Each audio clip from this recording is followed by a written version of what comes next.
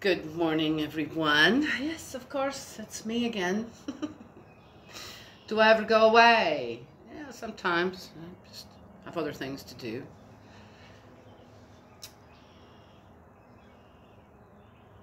Making weapons into plows. Weapons, spears, into plowshares. Growing things.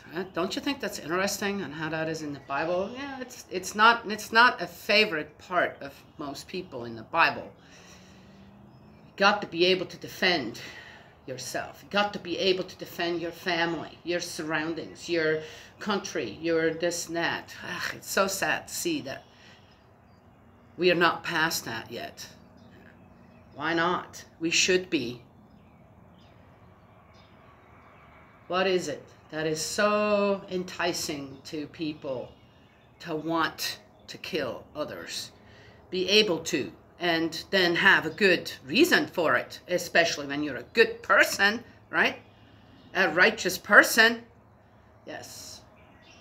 I mean, dear me, what if there weren't all them people out there doing what they're doing? Yeah, where would we be at? Yes, exactly. I got that.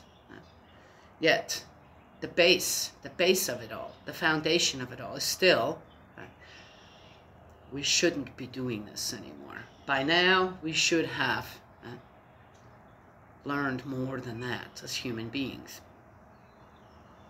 Interesting on how, again, that is in the Bible, and Cain was the one raising vegetables. You don't need plows and I don't know what, really, when you raise animals.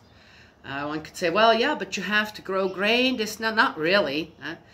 I've explained that in another video not in this group, but talking about having animals and how if I didn't have anything, no money to go get feed or hay or whatever, all of my animals would survive.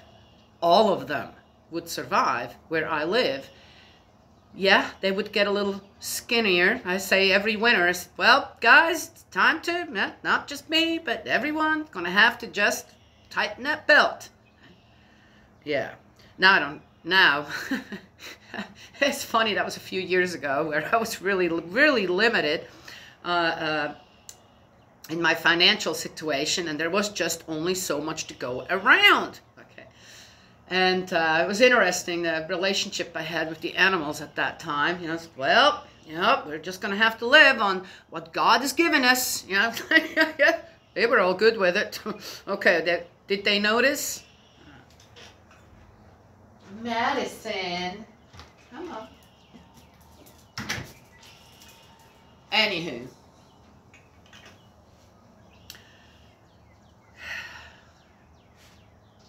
But one could. So no, I don't need, and it's very mountainous terrain. We have a couple of places where maybe you could, grow some corn or wheat or something, but there is so much wildlife, the deer, the rabbits, oh my gosh, the raccoons, as far as I know, even coyotes, if they don't have enough to eat, they'll go for your corn. So to grow anything there, unless it's got a big old, 8-foot, 10-foot fence around it, and even then, it's not going to happen. So interesting that Cain was the one who grew vegetables. Cain's the one who eventually used his staff, per se, as a weapon.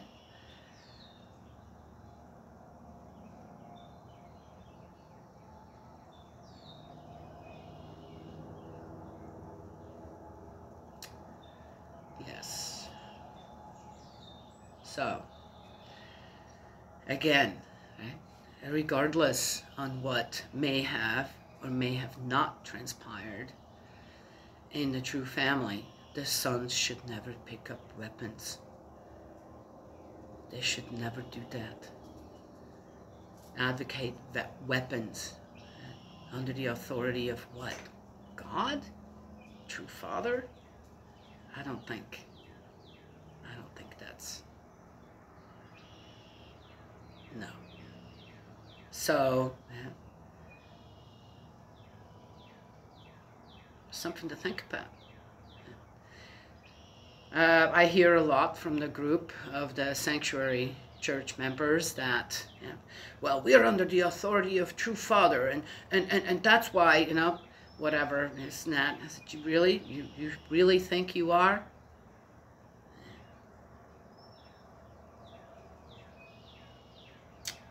You were sent with those 2 sons for a different reason than you think. And yeah, well, somebody mentioned, well, he's Hyungjin, he's a father and he's a grandfather now. Yes, yeah, and he still looks like a temper tantrum child to me. Yeah, he's a grown man. Yeah, has a wife. Yeah, knows how to do that and have children. And obviously his children also are raised to have children. That doesn't qualify you. Does not qualify you to lead. That's not it, because everybody can do that. Everybody. One way or another. Even if you can't have children, you can adopt children and still become a father and a mother, father, and then a grandfather eventually. That's not such a hard thing to do. That's something just about 70% of the population in the world does and is. So that's a weird one. Again.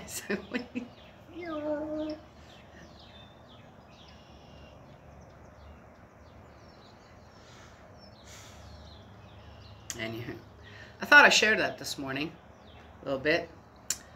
And again, I have a brother in faith, Eldridge Wiltz is his name. And he works with veterans, especially with PTSD. He's a chaplain. He's going on 80, and he is physically struggling, this and that, and he's overcoming every which way because he knows he still has things to give, according to where God put him. The heart to mind God gave him, right? To teach people, to save people. He asked me, because I'm kind of known as the herb lady in my area, and I guess he kind of caught on to that too. So he said, yes, this is the problem with a couple people, this, that, and so I've been looking into it. So I was able to give him a little info on that, and one of them was with a lady. I said, oh, peppermint would be really good for that. So he comes by, she says, listen to this. I have to tell you this. So he's been looking to see if he could find some peppermint, but somehow it ended up being spearmint, which most mints do the same thing. Peppermint's just the strongest one. Do not mix that with anything else that you think also would be beneficial, because the peppermint will take over. It's like the peppermint is it. Very, very dominant in a tea or a tincture or anywhere. Yes, we all know peppermint. Who could not? Right, yes. So peppermint balances your pH in your system, which is balancing everything out, right? You take it regularly, and your system really will thank you for it. It's good for your mood swings, too, which some of you do have as well. Okay, all right. Then he says he went out in his wheelchair, and he's looking for the spearmint. I'm going, okay, how did peppermint turn into spearmint? But again, I'm not going to, it's a small change. And and he gets home, he sees a sign that has been flipped over, and he picks it up, and right underneath it is a bushel of spearmint. Oh, he says, you wouldn't believe, God guided me right there, this, that, and then I was able to get some, and I prepared this nice cup of tea for this lady, and then to also teachers that keep doing this, that will help you. And he was just so, he says, look at this little miracle I already came across. Just us having the give and take, worrying about people. What could we do to help them a little bit with the knowledge that we have? Yes. Yes, see? Isn't that kind of what it is all about? Should be all about. Yeah. Please do turn your weapons of mass destruction, your weapons, to point at someone, a live human being, into plowshares and grow something. So then you can maybe hand someone an herb or a tincture or an oil saying, hey, I made this. I think this is really good. Try that.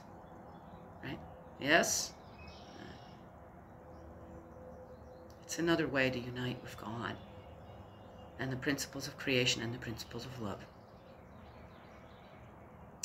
So much more fulfilling, so much more joyful than what I see happening in this group.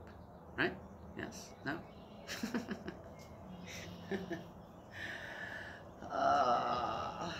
Why don't people just listen to reason?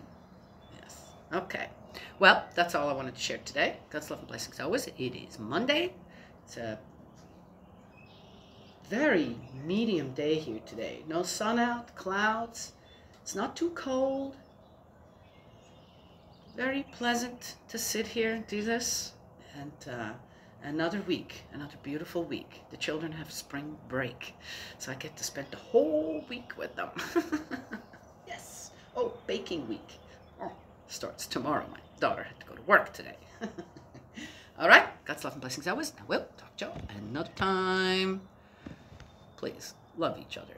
Don't be so hateful and nasty. Even in the comments, please don't do that. What's the purpose of that? There's no purpose for that.